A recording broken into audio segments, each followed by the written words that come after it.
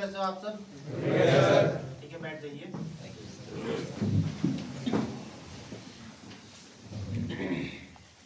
ठीक है भाइयों, जैसे कि आज आप सभी को पता है हमारे संजय गडकर जी का आज पहला रिकवरी बर्थडे है। पहले तो जोरदार ताली हो जाएंगे।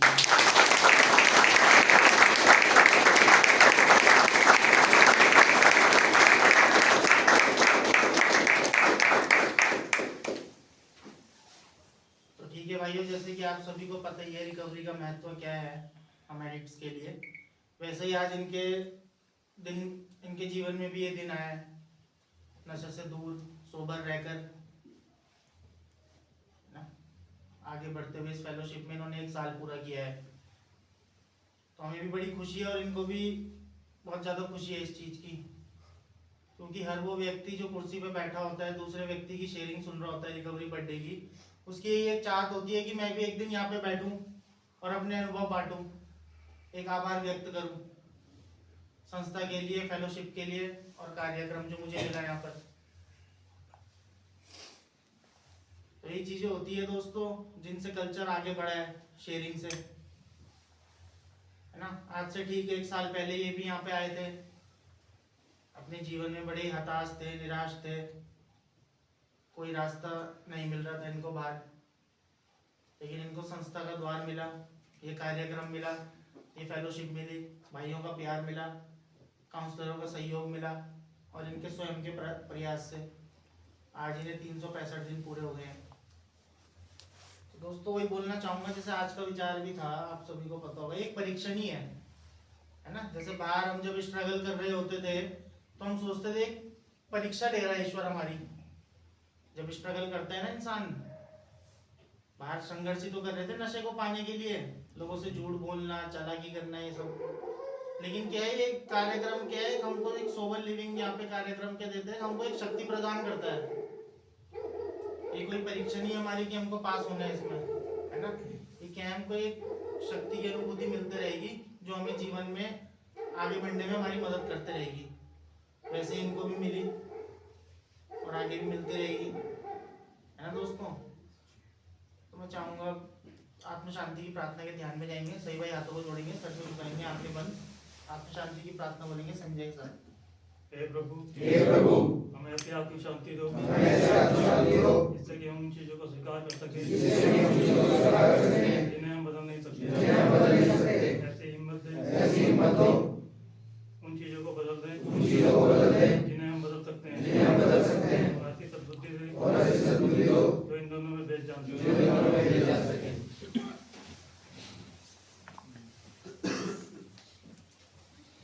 भाइयों, सबसे पहले तो मैं अपने परिवार का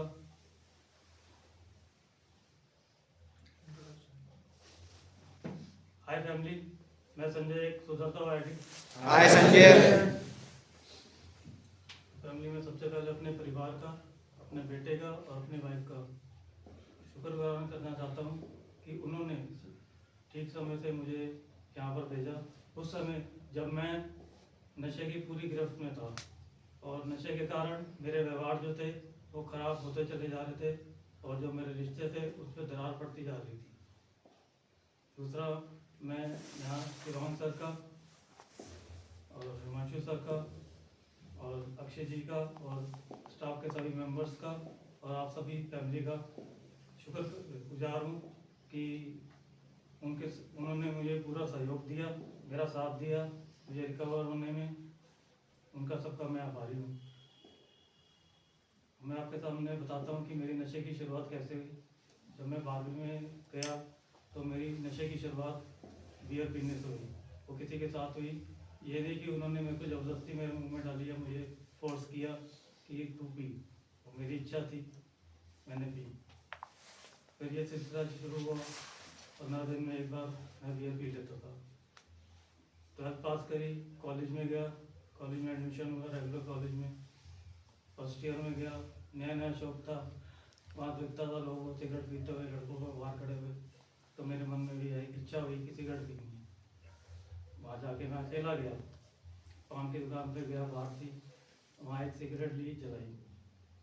2 पछताने होंगे, पीनी वीनी तो आती नहीं थी, पता नहीं क्या वो अंदर से वो सिगरेट मैंने फेंक दी और आज का दिन है वो सिगरेट मैंने आज तक नहीं पी।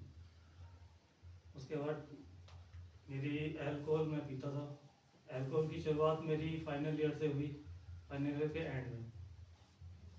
शौक शौक में पी, पहले थोड़ी पी, अच्छा लगा, फिर ये सिलसिला जारी रहा। 10 से 15 दिन में मैं पी लेता था। कॉलेज पास आउट हुआ, उसके बाद पास आउट होते ही मेरी शादी हो गई। शादी के 1 साल ही बेटा हो गया, फिर अपनी गृहस्थी में लग गए, इतना टाइम नहीं मिलता था। सुबह काम पे गए, रात को आए, फिर भी मेरे ये अल्कोहल हफ्ते में 10 दिन में चलता रहता था। धीरे धीरे टाइम बीतता गया, लेकिन जो मेरी जो मेन अल्कोहल की जो परेशानी मुझे हुई, जो मेरे व्यवहार खराब शुरू हुए, वो 3 से 4 साल पहले से हुए। मुझे दिन में आदत पड़ गई थी पीने की। मैं दिन में जैसे ही 10-11 बजते थे मैं पीने चला जाता था। नशे के कारण ये नशा मेरा इतना हावी हो गया था मेरे ऊपर कि मैं कुछ समझता नहीं था अपने आगे। बस नशा चाहिए। 11 बजे किया, नशा करके आ गया, फिर रात को फिर नशा किया, अपना सो गया। मतलब परिवार से एकदम कट ऑफ ही होता गया। काफ़ी समझाते थे, लेकिन जो मेरे को समझाता था मैं उसके ऊपर ही उल्टा हो जाता था कि मुझे ऐसे क्यों कह रहे हो। पापा बोलते थे, मम्मी बोलती थी, वाइफ बोलती थी, बेटा समझाता था, लेकिन नशा हावी था। मैं अपने ऊपर काबू नहीं रख पाया। जब मेरे पे नशा हावी था, मैंने घर में चोरियाँ भी करी। चोरी करी, अलमारी से पैसे निकाल लेता था। नशे के लिए पैसे नहीं होते थे, नशा करना होता था। कभी 200 रुपये निकाल लिए, कभी 100 रुपये निकाल लिए। ये हरकतें भी थी। मेरा फ्रेंड सर्कल इतना नहीं था। मैं पीने जाता था, अकेले ही जाता था, लेकिन मैं खुद से ईमानदार नहीं था। अगर खुद से ईमानदार होता तो आज मैं इस हालत में नहीं होता। उस हालत में, जो नशे की हालत में था, मैं सोचता था कि मैं जाऊंगा, अपना पी के आ जाऊंगा, किसी को पता नहीं चलेगा। ये धीरे धीरे बढ़ती बढ़ती आदत काफ़ी बढ़ गई। आदत हुई, आदत से बीमारी बन गई। मैं शुक्रगुजार हूँ कि जो मेरे हालात थे, मेरे सारे रिश्ते बिगड़ते जा रहे थे। खासकर मेरे वाइफ के साथ छोटी छोटी बातों पे मेरी बहस हो जाती थी। खाना टाइम पे नहीं मिल रहा, तुम लेट क्यों आ रहे हो। वो वर्किंग है, काम में लेट भी हो जाती है। उनका काम ऐसा है कि मेरे को खाना टाइम पे नहीं मिल रहा, रात को खाना मिल रहा तो उसके साथ मीठा पीने को नहीं मिल रहा। छोटी छोटी बातों पे बहस हो जाती थी, बातें बढ़ती जाती थी। बेटा भी जवान हो रहा था, तो वो भी फील करता है, यार तुम आपस में कुत्तों बिल्लियों की तरह लड़ते रहते हो, क्या है, ये है, वो है। तो उस समय तो पता नहीं चलता था, क्योंकि नशा हावी था। उसने कुछ बोला, नीचे उतरा, गया टेके, वहाँ से भी फिर पी के आ गया। तो बद से बदतर हालत होती जा रही थी नशे के कारण। एक टाइम ऐसा भी आया कि मन में ये भी आता था कि बेटा भी बोलता था, पापा आप जाते हो, हमारे लिए आपके पास टाइम नहीं है, हम आपका इंतज़ार करते हैं, रात को आते हो आप, आपके साथ अपनी शेयरिंग करें, कुछ बैठ के बातें करें। वाइफ बोलती थी, सारा दिन मैं काम पे रहती हूँ, रात को आके आपसे बात करूँ। उस टाइम में तो चलना है, उल्टा सीधा बोलना, अपना पी खाए पी और सो गया। सुबह उठ के ध्यान आता था, यार मैंने क्या बोला, मेरे को खुद ही नहीं पता चलता था। वो मेरी वीडियो बना लेते थे कि देखो तुमने रात को ये किया। मैंने कहा मैंने नहीं किया था। नशे में बंदे को पता नहीं चलता। बाकी जो नशा है ये बंदे को बर्बाद से बर्बाद कर देता है। 1 साल मुझे यहाँ पर हुआ, यहाँ पे मैंने ये प्रोग्राम लिया। यहाँ पे जो मेरे से बड़े हैं, सीनियर्स हैं, उनकी साथ शेयरिंग करी, उनसे बातें करी। तो मुझे पहले शुरू में 2 महीने तो मैं यहाँ बहुत नेगेटिव था। घर वालों को भी कोसता था, यहाँ भी कोसता था, कहाँ 4 दीवारी में मेरे को बंद कर दिया। लेकिन धीरे धीरे जैसे जैसे मैंने प्रोग्राम अपने दिल से लेना शुरू किया, अपने आप से लेना शुरू किया, तो मुझे धीरे धीरे बातें समझ में आने लगी। अपने ऊपर टाइम दिया, अपने हकीकत को जाना कि मैं नशे से पहले क्या था, और जब मेरे पे नशा हावी हुआ तब मैं क्या हो गया, और ये पूरा साल जो मेरा बीता, ये मेरा कैसे बीता नशे के बगैर। तो मेरे समझ में तो ये आया कि जो मैं नशे से पहले था और इस टाइम मैं वो हूँ।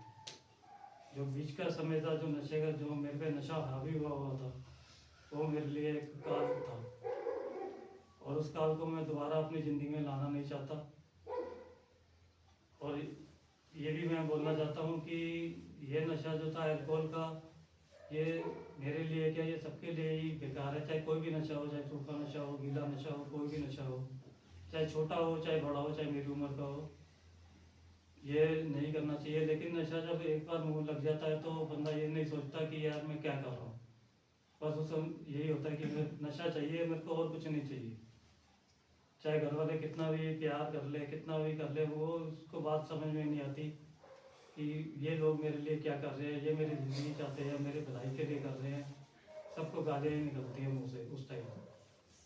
तो आज मैं ये इतनी शेयरिंग नहीं है, मेरी लड़ाई झगड़ा किसी से बाहर नहीं हुआ, मेरी फ्रेंड सर्कल से नहीं था बाहर। जो था मेरी फैमिली है, हम 3 जने हैं, छोटा भाई है वो अपना फैमिली के साथ ऊपर अपने एक ही है, तो घर एक ही अपने फ्लोर में रहता है। नीचे पापा है, मेरी मम्मी की डेथ हो चुकी, मम्मी भी बोल बोल के थक जाती थी, गालियाँ भी निकालती थी मुझे, संजय सुधर जा, संजय सुधर जा, अब तो तेरी शादी हो गई है, मत पिया कर, मत पिया कर। लेकिन माँ है, चाहे किसी को पता चले ना चले, लेकिन माँ को जरूर पता चल जाता था कि मेरा बेटा क्या करके आया है। चाहे पापा को पता ना चले, चाहे हालांकि वाइफ तक को भी पता नहीं चले, जितना मर्जी मुंह में फ्रेशनर डाल दो, लेकिन माँ बेटे की आंखों में देख के ही पहचान जाती थी कि यार तूने आज नशा किया हुआ है। लेकिन वो बोलती बोलती चली गई, लेकिन मैं नहीं सुधरा। उस टाइम में नशे में काफ़ी होता था, और आज मेरे को ये फील होता है पूरे साल में कि एक नशा तो ये अल्कोहल का है, और एक नशा वो था जो ये अल्कोहल का नशा नहीं करता था जब मैं, उससे पहले का जो नशा होता था, परिवार के साथ बैठ के खाना खाना, उनके साथ अपनी शेयरिंग करना, रात को बैठ के अपने वाइफ के साथ बात करना, पापा का हालचाल पूछना, या बेटा स्कूल गया या कॉलेज से आया उसके साथ उससे पूछना, पहले पूछता था, करता था।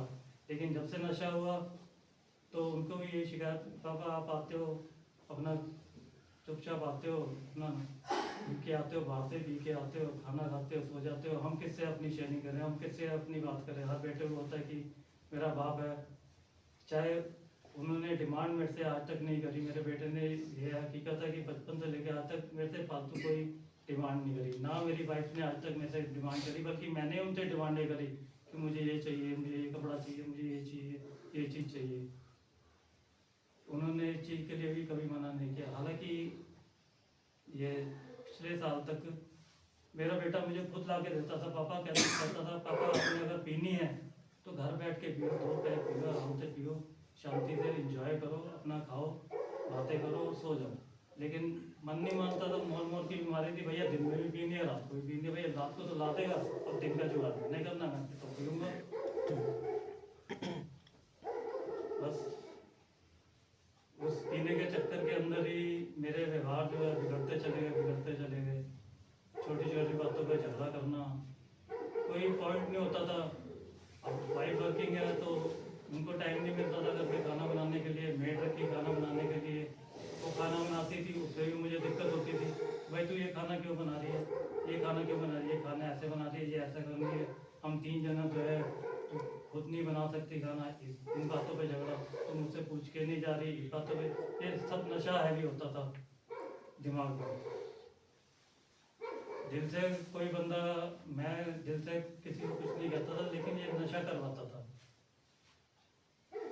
तो इतना ही बोलूँगा जी, आप मेरे से छोटे भी हो, मेरे से बड़े भी हैं, मेरे साथ के भी हैं, कि अब यहाँ आप संस्था में आए हो, यहाँ पे इतना अच्छा माहौल है, सब सीखने को मिल रहा है, ये 12 कदम है, ये हकीकत है। अपने प्रति ईमानदारी, स्वीकृति, दूसरों के प्रति विनम्रता, ये सब जो है ये अपनी ज़िंदगी में तो होनी चाहिए, जो हम नशे में भूल जाते हैं। हम किसी की कदर नहीं करते, उनकी भावनाओं की कदर नहीं करते। तो मेरा तो आपको एक राय क्या है, यही बोलना है कि आप यहाँ आए हो, अपने बारे में सोचो, अपने से प्यार करो, अपने से प्यार करोगे तभी दूसरों को प्यार दे पाओगे, दूसरों की मदद करोगे तभी आपको आगे मदद मिलेगी, दूसरों की कदर करोगे, उसकी अहमियत जानोगे, रिश्तों की, खासकर अपने परिवार की, जो आपके साथ रहते हैं, जो आपके लिए हर संभव कोशिश करने को तैयार रहते हैं। हम तो नशे में, हमें क्या पता कि हम क्या कर रहे हैं क्या नहीं, लेकिन वो नशे में नहीं है, उनको तो सब पता है, उनको तो समाज भी देखना है, उनको हर चीज़ देखनी है। आज मैं यहाँ बैठा हुआ हूँ मेरे बेटों की और मेरी वाइफ की बदौलत,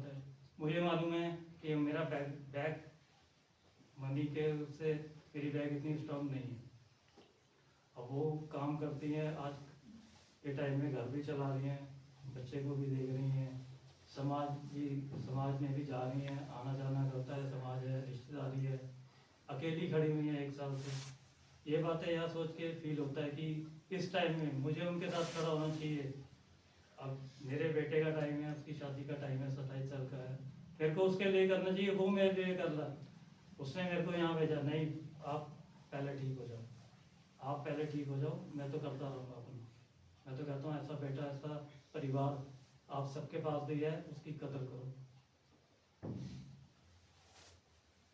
और बस इतना ही बोलना चाहूँगा, जो नशा वो होता था, इस नशे के उस नशे में जियो, उस नशे को करो, परिवार के साथ, परिवार से बातें करो, उनका प्यार लो, उनको प्यार दो, उनकी भावनाओं को समझो। बाकी आखिर में मैं इस संस्था का बहुत शुक्रगुजार हूँ, अपने शिवांगी जी का, हिमांशु जी का, अक्षय जी का, पूरे स्टाफ मेंबर्स का, जिनके सहयोग से एक दिन करके मैं आज इस पूरे 1 साल तक यहाँ रिकवरी में पहुँचा हूँ। और आगे भी मैं प्रोग्राम को अपने ध्यान में रखते हुए, और जो मेरे को बीमारी है उसका इलाज तो मैंने किया, लेकिन उसके लिए मेरे को परहेज रखना है।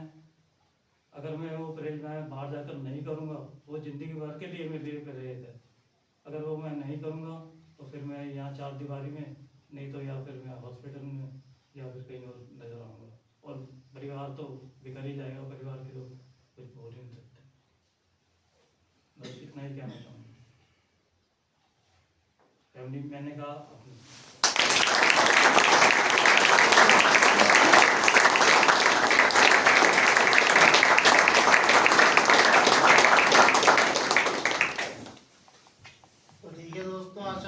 कि आपको संजय जी की शेयरिंग से कुछ सीखने को मिला होगा, है ना दोस्तों। तो ये परिवर्तन भी है, ये भी एक कार्यक्रम की देन ही है ना।